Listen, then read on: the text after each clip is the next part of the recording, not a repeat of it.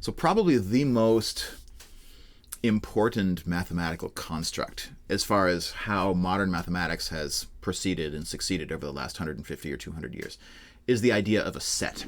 And sets are ways for mathematicians and philosophers and logicians to just gather together collections of things, and to be able to call that whole collection of things by a single name, right? It's like saying all of the people in this Zoom call right now, right? Each of us are individuals, but on the other hand, when you compile us all together into a single Zoom call, right, that single Zoom call also is a single object that we can talk about. And if we drill down into that object, we can see the individual pieces that make up that object. So in our case, it might be the people that are on this call right now. And so to be able to travel between those two worlds, to think about a collection of objects both as a bunch of individual things, but also as a single thing in and of themselves, is sort of how we pass into thinking about what a set is. So just by way of definition, a set is a collection of objects, and we call the objects elements, right? So the big distinction for today is the distinction between the word set, which refers to the entire collection, and the word element, which refers to a single member of that collection. So a set is made up of elements. And the only additional stipulation that we put onto sets is we also insist that it always be possible to tell whether a given thing, given object, is or is not an element of the set.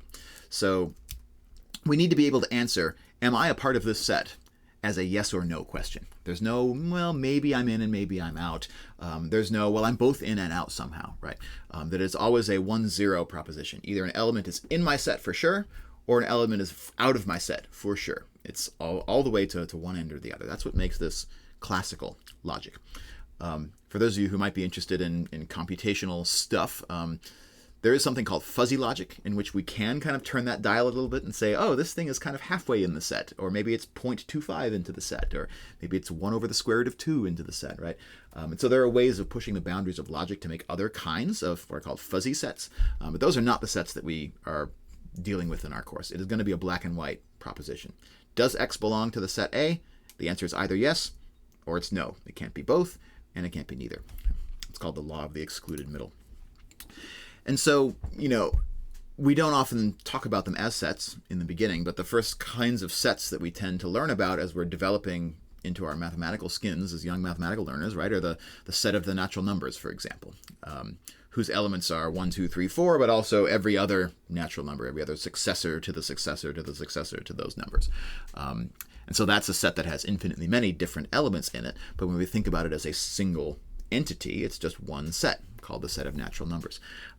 The set of integers, we know what those are. That's the natural numbers along with their additive inverses and along with 0. The set of rational numbers, these are the ratios of one natural number to another where the denominator is non-zero. The real numbers are actually a really slippery set to get our hands around and actually define. That is, in a way, what the entire Introduction to Analysis course, Math 401, is about discovering what the real numbers are, where they come from, why they should even exist, and what properties do they have.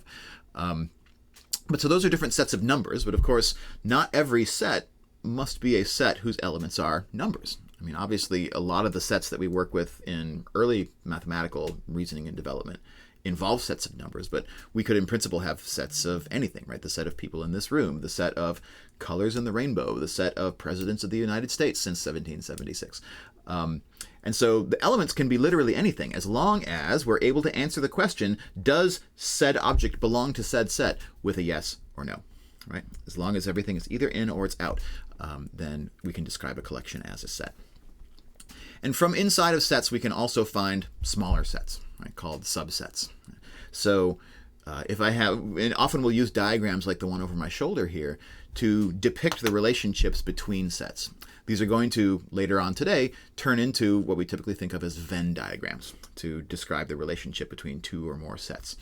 And a subset relationship is often sketched like this diagram over my shoulder, where A is a subset of B, if A and B are sets. That A is a subset of B if, whenever X is an element of A, X must also be an element of B. Every element of A is also an element of B.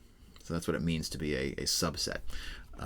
And when A is a subset of B, we'll use this funny-looking little C with an underline next to it to depict that using notation.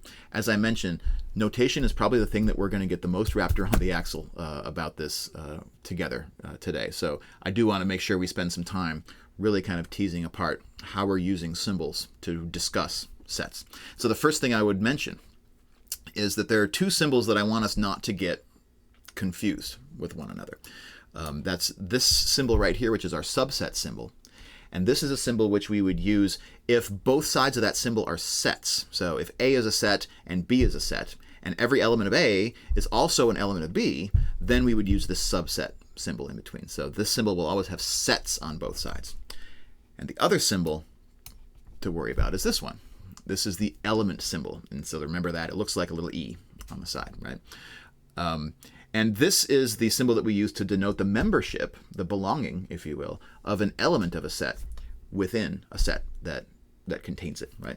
And so when you're using the element symbol, you should make sure that on the right-hand side of the symbol is a set. So in this example, for say, right, A here is a set. But on the left-hand side of that symbol needs to be an element of that set.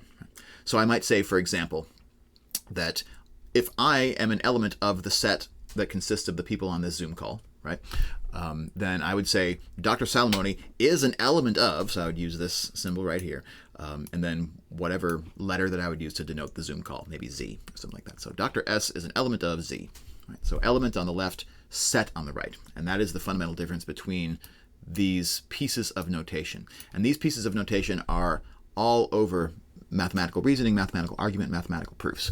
And so the more comfortable that we come out of today with these symbols, the better off that we'll be for it.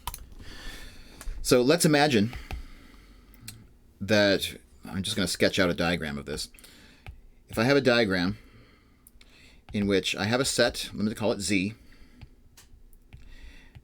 and I'm just going to write in words, this is the set of all people connected to the Zoom call right now on this call. And so that's a set because for any person in the world that I could think of, the question, is that person on this Zoom call right now, can be answered either yes or no. And there's a total of 14 people for which that answer is yes, and there's a total of 8 billion minus 14 people for whom that answer is no, right? But there is nobody that's in between. Right? Nobody is both on and off this Zoom call, and nobody is neither on nor off this Zoom call. It is a yes or no, and that's what makes Z a set properly. And then I can have an element, like myself, Dr. Salamone, right? So here I am, and on this diagram, I'm going to draw myself inside of this rectangle to depict that I'm an element of this set. So I can convey this information in two ways, and I think this gets to your question. I can say Dr. S is an element of, using this element symbol, the set Z, right? So, and I'm going to write this out in words too, because I hope this isn't too much of a tangent, but one of the things that I think I see students struggle with a lot is that when you're reading a mathematical expression on the page, the words that you're actually forming in your brain when you read that notation often determine how well you understand what that notation is trying to say. So I want to try and expose that inner monologue that I get when I'm reading this notation. So how I would read this is that Dr. S is an element of the set Z.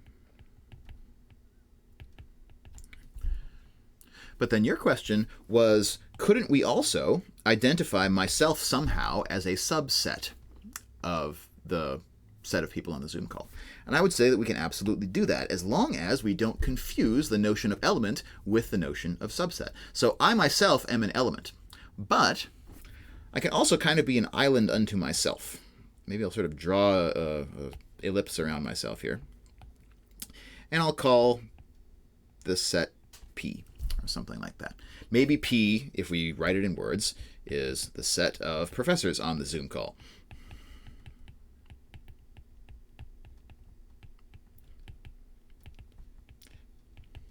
And so there's actually a couple different ways of understanding this set. I can understand it using this verbal description that I just written down. Or I can understand it by understanding what are all of its elements. And right now, all of its elements consist of just one element, namely me, right? And so I could write down that P, so now P, let me ask this, is how do we know that P is a subset of Z? How can we be so sure? So if I write this notation, P is a subset of Z, So the set of professors on this Zoom call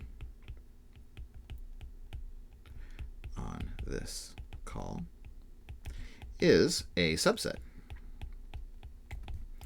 of the set of people on this call.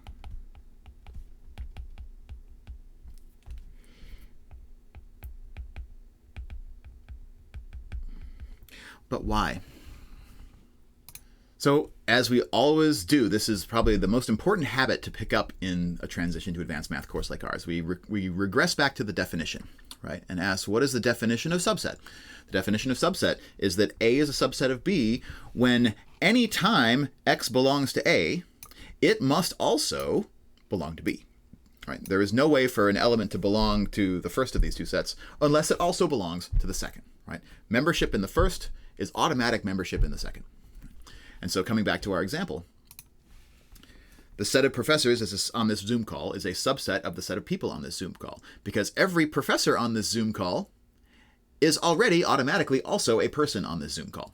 Right? So anybody who belongs to the set P must also belong to the set Z. And so that's why we can write that P is a subset of Z. Now, I've used the subset symbol here. Again, remember, we need to make sure that both sides of that symbol, we have a set on either side. We have the set of people on the Zoom call. On the right side, we have the set of professors on the Zoom call on the left side. Let me also give one other way of writing down this very same thought that kind of connects these two statements. Because the set of professors on the Zoom call right now consists of only a single element. So I could also be specific about the set of professors on the Zoom call. I could write it as, I could understand it, let me say it this way. I could understand that set by writing out all of its elements, all one of its elements in this case, right? And when I do that, I'll use these curly braces around it to indicate that what I'm listing right now are the list of all elements that belong to this set. And in this case, there's only a single one, namely myself. Right? And so the set P can also be written. It can be denoted by curly braces and a list of all the elements of the set P on the inside, in which case this is just myself. And so I could also write that Dr. S, the set whose only member is Dr. S. That's the same as the set P in this example.